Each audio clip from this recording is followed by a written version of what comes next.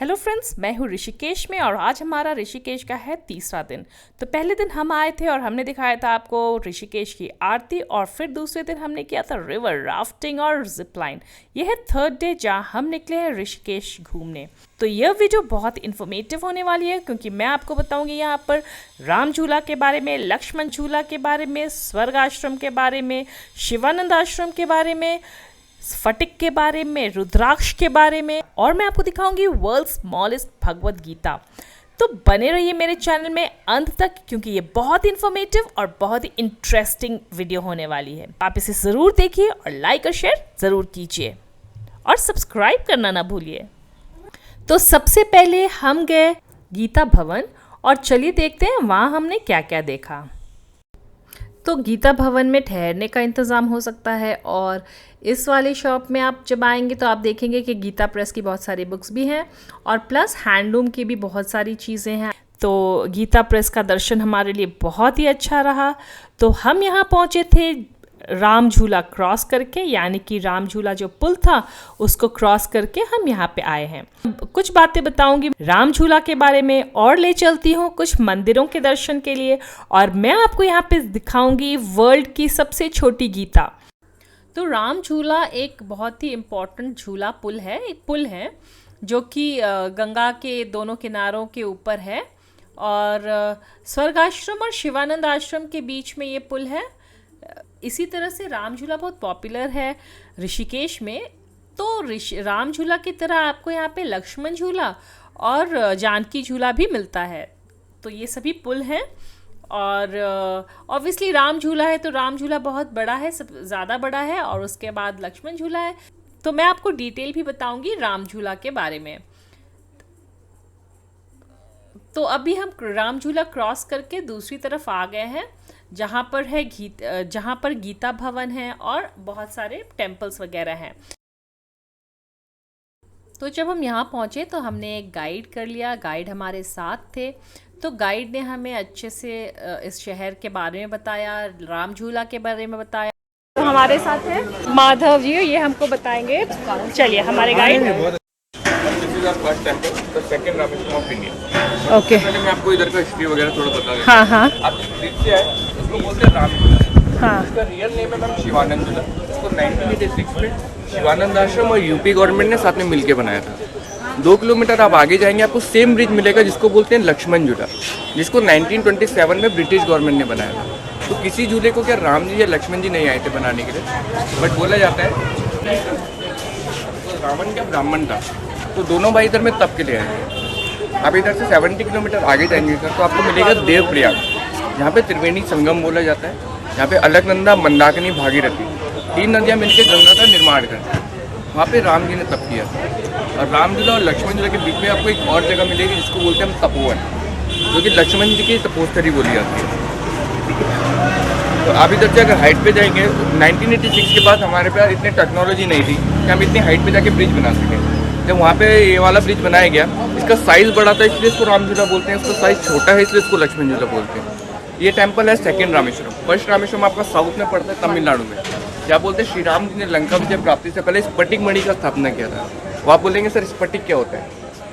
Quartz जानते हैं ना? हाँ। आप हिमालय में ऊपर जाते हैं, वहाँ पे आइस गिरती है, जो रॉ फॉर्म होती है आइस की, वो तो नीचे गंगा जी के साथ आ जाती है। बट जो नीचे दब जाती है, जिसको धूप हवा पानी कुछ नहीं मिलता है, गैस होती है अमोनिया। अमोनिया से रिएक्ट होने के बाद स्टोन बनाती है स्फटिक। जो आप अगर जम्मू कश्मीर जाते हैं ना, उधर में रघुनाथ टेम्पल है मैम। अच्छा। उधर में भी स्फटिक शिवलिंग का क्या दर्शन होता है। उधर में बोलते हैं 5 पांडवाज युद्ध के बाद जब केदारनाथ के लिए जा रहे थे, क्योंकि केदारनाथ को हमारे यहाँ स्वर्ग का द्वार बोला गया। तो यहाँ पे आने के बाद उन्होंने गंगा में स्नान करा। स्नान करने के बाद उन्हें एक शिवलिंग मिला जिसको बोलते हैं हम शालिग्राम। उसका स्थापना इस मंदिर में करके पूजा करके फिर वो आगे स्वर्ग के लिए गए। इसलिए इस मंदिर को 5 पांडव द्वारा स्थापना किया और भारत का दूसरा रामेश्वरम बोलते हैं। तो आप स्लीपर्स वगैरह निकाल के दर्शन करेंगे, देन वी डू। तो मंदिर के दर्शन के बाद हम आगे बढ़े और यहाँ देखे चोटी वाला। ये चोटी वाला। अच्छा एक बात बताइए, 64 यहाँ से years। गंगा जल ले सकते हैं? कहते हैं कि टर्न किया हुआ गंगा, ऐसा है क्या? नहीं मैम, एक्चुअली आप देवप्रयाग से जाते हैं। फर्स्ट टाइम जो गंगा टच होती है देवप्रयाग में होती है, संगम में। हाँ। उसके बाद जो गंगा टच होती है वो इधर होती है मैम, लाइक लक्ष्मण झूला एंड राम झूला में। इससे पहले गंगा टच नहीं होती है। तो ले सकते हैं। ये है छोटी वाले और ऐसे लाइन से आपको बहुत सारे छोटे वाले मिल जाएंगे। नहीं ये ओरिजिनल है। अच्छा, ये है ओरिजिनल। अभी सभी अपने आप को ओरिजिनल ही बोलते हैं, ओरिजिनल है पर ये ओरिजिनल है। डन। तो फेमस चोटी वाला रेस्टोरेंट से अब हम आगे बढ़ रहे हैं और अब जाते हैं दूसरी तरफ। This is tiring. हम चढ़े जा रहे हैं और ये बहुत ही टायरिंग है। चलो, नॉट सो हाई। चलिए चलते हैं दूसरे टेम्पल में। हाँ, मैंने ये बताया हाँ, कि यहाँ पे जो हम लोग जा रहे हैं, यहाँ पे मणिकूट पर्वत है जो समुद्र मंथन में निकला था। ये सामने जो मणिकूट पर्वत है वो, इसके पीछे नीलकंठ है जो भी, जहाँ पे भगवान ने विष पिया था यहाँ के। यहाँ विष क्यों पिया? क्योंकि ये देवभूमि है, इसका असर यहाँ पे विष का नहीं हुआ, इसलिए भगवान ने पिया था। तुम्हारे ये स्वर्ग आश्रम का मेन मंदिर है, इसको 5 पांडवास का विश्राम स्थल बोलते हैं मैम। अच्छा, पहले क्या था, इधर में पूरा जंगल था, ठीक है, फॉरेस्ट एरिया था। और हमारे हिंदू धर्म में जो बोला जाता है, जहाँ पे हम पूजा करते हैं वहाँ पे हम अपने डेली रूटीन के कार्य नहीं करते। पहले क्या, पांडवों का डेली रूटीन का कार्य इधर में होता था, एंड देन पूजा के नीचे गंगा जी के किनारे होती थी। अच्छा, ठीक है, बाकी अभी ट्रीज देख रहे हैं मैम, ये रुद्राक्ष है, ये रुद्राक्ष का ट्री है। ये रुद्राक्ष का tree है। अच्छा, रुद्राक्ष क्या है, 3 जगह पाया जाता है, इंडोनेशिया, नेपाल एंड इंडिया। सबसे पावरफुल जो रुद्राक्ष बोलते हैं कैलाश मानसरोवर। हाँ,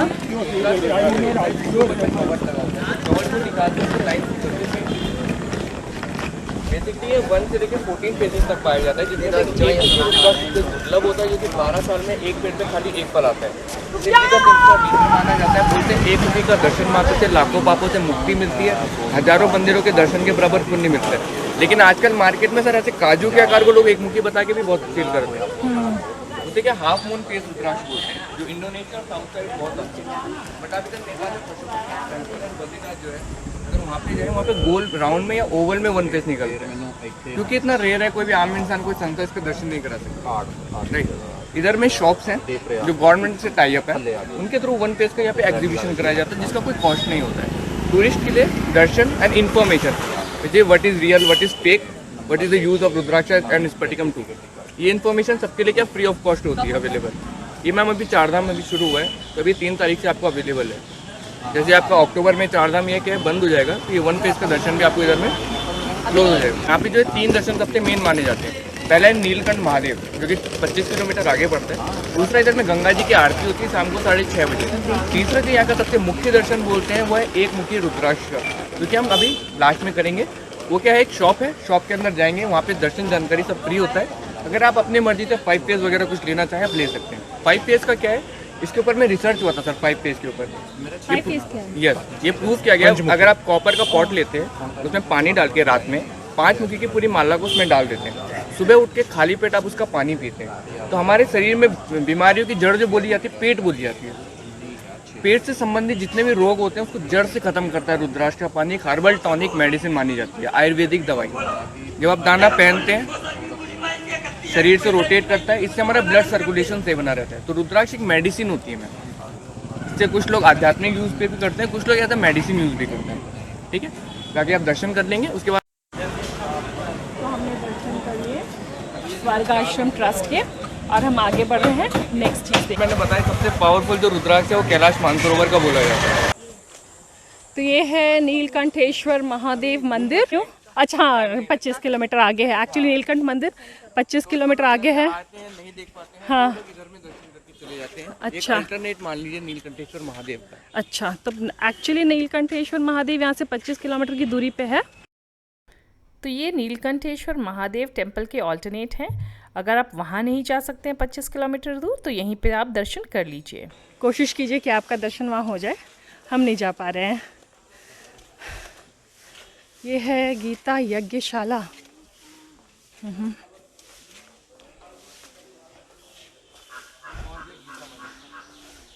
ठीक है, ये है गीता मंदिर। चलिए दर्शन करते हैं मंदिर का। मंदिर में कैमरा अलाउड नहीं ही होता है मोस्ट ऑफ द मंदिर्स में, तो इसे हम चलिए देख लेते हैं अगर अलाउ होता है तो। तो हम आ गए हैं गीता मंदिर और यहीं पे हमें देखेंगे वर्ल्ड्स स्मॉलेस्ट भगवत गीता। बहुत ही साफ सुथरा, स्वच्छ और शांत मंदिर है ये देखिए। बहुत ही अच्छा टेम्पल है और बहुत सारे देवी देवताओं की मूर्ति है इसमें।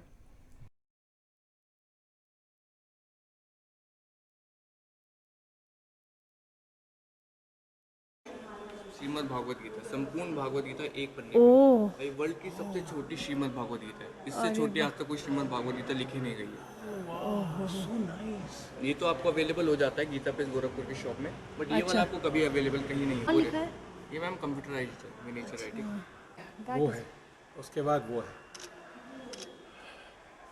ये तो आपको दुनिया की गीता प्रेस में सबसे मिल जाएगी। छोटी ये क्या गीता। है?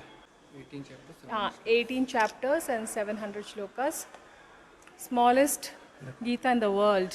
और ये है, देखिए, एक पेज पे ही सारी गीता लिखी हुई है। यहाँ पे आपको ये गीता प्रेस गोरखपुर, यहाँ पे आपको मिल जाएगी। ये आप जस्ट ट्राई कर सकते हैं, इवन ऋषिकेश में। तो we'll C for this.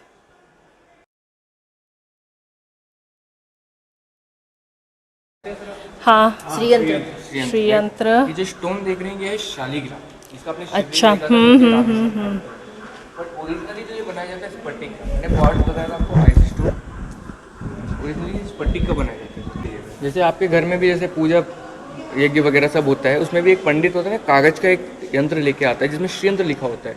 But उसका क्या होता है, प्राण प्रतिष्ठा करवाना पड़ता है। आप अगर तांबे का, चांदी का, सोने का भी बना के लाए, उसका भी आपको पंडित बुलवा के प्राण प्रतिष्ठा करवाना ही पड़ता है। बट अगर आप स्फटिक का श्रीयंत्र अपने घर में रखते हैं, उसका प्राण प्रतिष्ठा करवाना कोई अनिवार्य नहीं है, क्योंकि स्फटिक में जीवित प्राण माना गया, देवी शक्ति का रूप होता है। इसका यूज़ क्या होता है, इसके दो तरीके से यूज़ होते हैं। एक होता है वास्तु दोष, वास्तु दोष होता है, दिशा दोष होता है ना, उसके निवारण के लिए इसको स्थापित किया जाता है। दूसरा होता है इसका साइंटिफिक यूज़। इसका यूज़ क्या है, इसमें देखेंगे 64 एंगल। इसकी पहचान कैसे करेंगे रियल है कि फेक है, डुप्लीकेट है। इसका दो तरीके से पहचान होता है। एक तो लेबोरेटरी होती है हर जगह, राइट।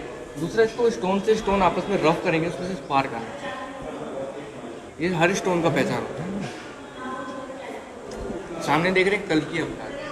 अच्छा, ये कल्कि जी हैं। ये वाइट वाले। जी, पीछे में देखिए आखिरी अवतार माने जाते हैं। हाँ। बोलते कलयुग में जब पाप और पुण्य का जब बैलेंस बिगड़ जाएगा, तो कलयुग का अंत करने के लिए हो गया।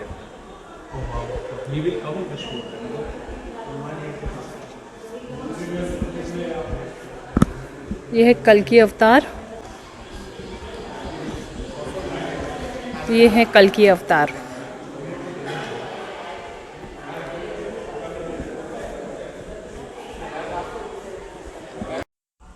तो हम लोग यहाँ पे गीता मंदिर का हमने दर्शन किया और आपको सारी जानकारी दी।